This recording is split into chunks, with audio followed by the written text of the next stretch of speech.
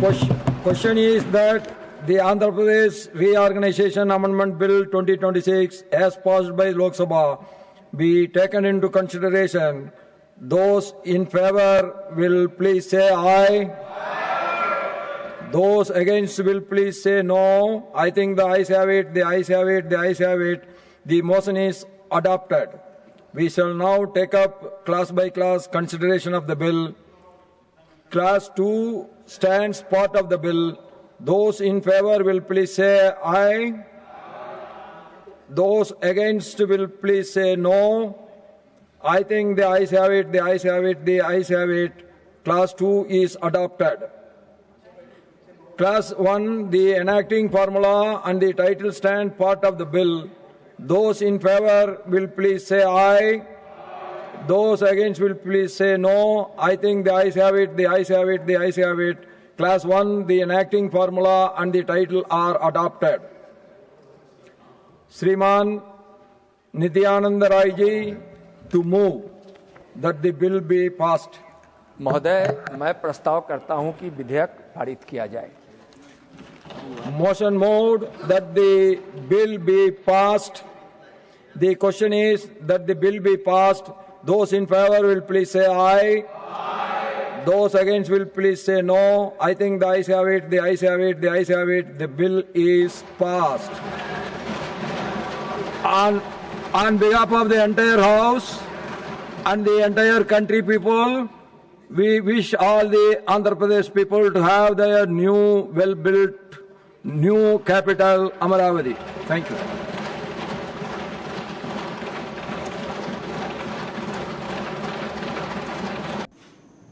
దేశానికి మాత్రమే రాజధాని ఉంటుంది తప్ప రాష్ట్రాలకు రాజధాని అనేది కాన్స్టిట్యూషన్లో లేదు. Only seats of governance. ఈ ఫ్యాక్ట్ నిజంగా కూడా ఎవరు కూడా మర్చిపోకూడదు. సాక్షాత్తు కేంద్ర ప్రభుత్వం కూడా రాజధాని అనేది రాష్ట్రాల ఇష్టం అంటూ అధికారికంగా వీళ్ళు మన ఏపీ హైకోర్టులో కౌంటర్ అఫిడవిట్ కూడా దాఖలు చేసినారు. కేంద్ర ప్రభుత్వం ఆంధ్రప్రదేశ్ హైకోర్టులో ఒక కౌంటర్ అఫిడవిట్ కూడా దాఖలు చేసినారు. ఈ మేరకు రాజధాని విషయంలో కేంద్ర ప్రభుత్వానికి ఎలాంటి పాత్ర లేదు అని కూడా ఆ అఫిడవిట్లో వాళ్ళు పేర్కొన్నారు. మన కళ్ళ ఎదుటే 2000 సంవత్సరంలో కేంద్రం కొత్తగా 2000 సంవత్సరంలో ఉత్తరాఖండ్, జార్ఖండ్, ఛత్తీస్గఢ్ రాష్ట్రాలను కేంద్రము తీసుకొచ్చింది. మన కళ్ళ ముందని 2000 సంవత్సరంలో ఆ రాష్ట్రాలకు రాజధానులు ఎలా వచ్చాయి? కేంద్రం ఏదైనా డిసైడ్ చేసిందా? కేంద్రం నిర్ణయించలేదే. ఆయా రాష్ట్రాలు వాళ్ళు నిర్ణయించుకున్నారు.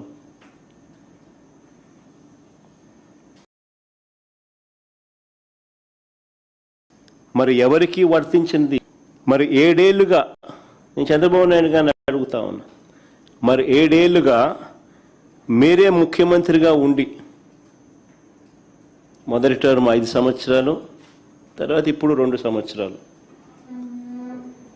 మరి 7 ఏళ్ళు మీరే ముఖ్యమంత్రిగా ఉండి 1,00,000 ఎకరాల అమరావతిలో ఇంతవరకు కట్టింది ఎంత? 1,00,000 ఎకరాల అమరావతిలో ఈయన 7 ఏళ్ళు ముఖ్యమంత్రిగా ఉంటూ అమరావతి అనేది తన పెట్ ప్రాజెక్ట్ అంటూ తాను నినాదమిస్తూ తాను ఇంతవరకు కట్టింది ఎంత? నిజంగా సెల్ఫ్ ఫైనాన్స్ ప్రాజెక్ట్ అయ్యిందా ఇది? నిజంగా అమరావతి అని సెల్ఫ్ ఫైనాన్సా? ఈయన డబ్బా కొడతానట్టుగా కొట్టినట్టుగా? ఏ దేశం పోతే ఆ దేశం బొమ్మలు ఈయన చూపిస్తాడు. ఏ దేశం ఈయన పోయినా ఆ దేశం బొమ్మలు చూపిస్తాడు. చూపించి అదిగో ఇదే అమరావతి అని అంటాడు. మరి ఎంతవరకు వచ్చిందని అడుగుతా ఉన్నా. ఆ దేశాలు ఇక్కడ ఏమైనా కనపడుతున్నాయా? కనీసం భూములు ఇచ్చిన రైతులకు చెప్పిన హామీలైనా నెరవేర్చాడా ఈ పెద్ద మనిషి? మొదట తీసుకున్న 50,000 ఎకరాల్లో, వెరీ ఇంపార్టెంట్ ఇది, మొదట తీసుకున్న 50,000 ఎకరాల్లోనే రోడ్లు, కేవలం రోడ్లు, కరెంటు, డ్రైనేజ్ అంటే సీవరేజ్, వాటర్, వీటి కల్పనకి అయ్యే ఖర్చు చంద్రబాబు నాయుడు గారు స్వయాన లెక్కల ప్రకారమే, ఈయనే కేంద్ర ప్రభుత్వానికి ఇచ్చిన లెక్కలు, ఈయనే వివిధ బ్యాంకులకు ఇచ్చిన లెక్కల ప్రకారమే ఎకరాకు 2 కోట్లు అవుతుంది అని చెప్పాడు. అంటే 50,000 ఎకరాలకు అయ్యే 1,00,000 కోట్లకే దిక్కు లేదనుకుంటే, 1,00,000 కోట్లకే దిక్కు లేదనుకుంటే ఇప్పుడు సడన్గా మరో 50,000 ఎకరాలు దీనికి అదనంగా అయ్యే ఖర్చు, దీనికి సడన్గా అదనంగా మరో 50,000 ఎకరాలు యాడ్ చేస్తున్నాడు ఇంతకు ముందున్న 50,000 ఎకరాలు. దానికయ్యే మళ్ళా అదనంగా మరో 1,00,000 కోట్ల రూపాయలు. ఇలా అమరావతిని ఎందుకు పెంచాల్సి వస్తూ ఉంది, ఎందుకు పెంచుకుంటూ పోతున్నారు? ఆ డబ్బులు ఎలా వస్తాయి అంటే 1,00,000 ఎకరాల్లో, ఆ 1,00,000 ఎకరాల్లో కేవలం రోడ్లు వేయడానికి, కేవలం కరెంట్ ఇవ్వడానికి, కేవలం సీవరేజ్ వ్యవస్థ క్రియేట్ చేయడం కోసం, కేవలం నీటి వ్యవస్థ క్రియేట్ చేయడం కోసం, బేసిక్ ఇన్ఫ్రాస్ట్రక్చర్ క్రియేట్ చేయడం కోసం ఈ 1,00,000 ఎకరాలలో 2,00,000 కోట్లు కావాలి అని వీళ్ళు చెప్పిన లెక్కల ప్రకారమే. మరి ఈ డబ్బులు ఎలా వస్తాయి? ఎన్ని సంవత్సరాలు పడుతుంది? ఎన్ని దశాబ్దాలు పడుతుంది? ఈ దశాబ్దాలు పట్టే ఈ సమయంలో, ఇన్నిన్ని సంవత్సరాలు పట్టే ఈ సమయంలో ఈ 2,00,000 కోట్లు ఇంకా ఎంతగా పెరిగిపోతూ పోతుంది?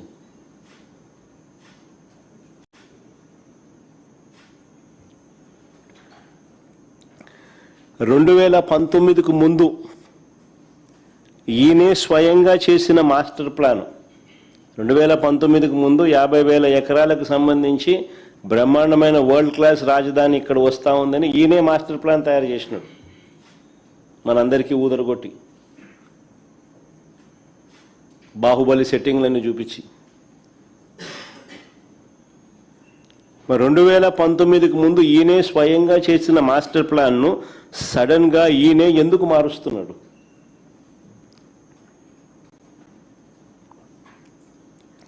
అప్పుడు ఇదే 50,000 ఎకరాల్లోనే బ్రహ్మాండమైన బెస్ట్ క్యాపిటల్ అని చెప్పి ఊదరగొట్టిన ఇదే వ్యక్తి ఈరోజు ఎందుకు మున్సిపాలిటీగా మిగిలిపోతుందని చెప్పి ఎందుకు అంటున్నాడు?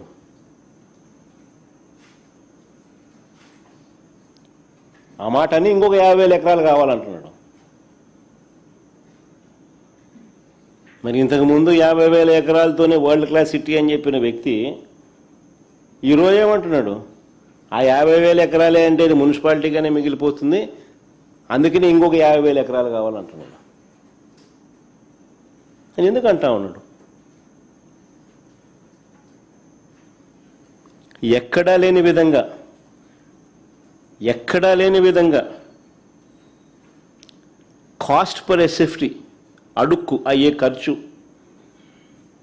ఏకంగా 11,000 నుంచి 14,000 అవుతా ఉంది. కాస్ట్ పర్ ఎస్ఎఫ్టీ ఎక్కడా చూడని విధంగా, ఎక్కడా లేని విధంగా అడుక్కయ్యే ఖర్చు 11,000 నుంచి 14,000 దాకా ఎందుకు అవుతా ఉంది? ఏ స్కాముల వల్ల ఇది ఎగబాకుతా ఉంది అన్న వీటికి సమాధానం ఎక్కడైనా అసెంబ్లీలో చెప్పాడా? 5:30 గంట అసెంబ్లీలో ఇటువంటి ప్రశ్నలకు ఏదైనా సమాధానం చెప్పాడా?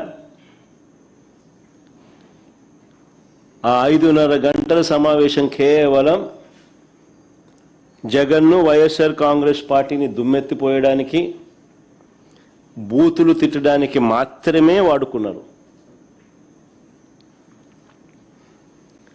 రాజధాని పేరిట పట్టపగలు తాను చేస్తా ఉన్న దోపిడీ నుంచి ప్రజలను డైవర్ట్ చేసేందుకు ఈ డ్రామాకు తెరలేపాడు.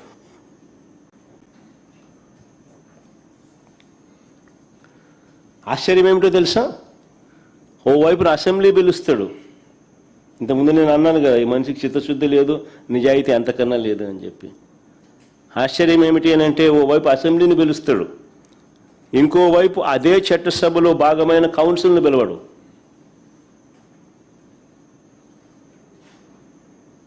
ఇంకోవైపు అదే చట్టసభలో భాగమైన కౌన్సిల్ని పిలవడు. ఎందుకు? కౌన్సిల్ని పిలిస్తే రాజధాని పేరిట చంద్రబాబు చేస్తా ఉన్న అవినీతి బాగోతాన్ని కౌన్సిల్లో సభ్యులు బయట పెడతారని.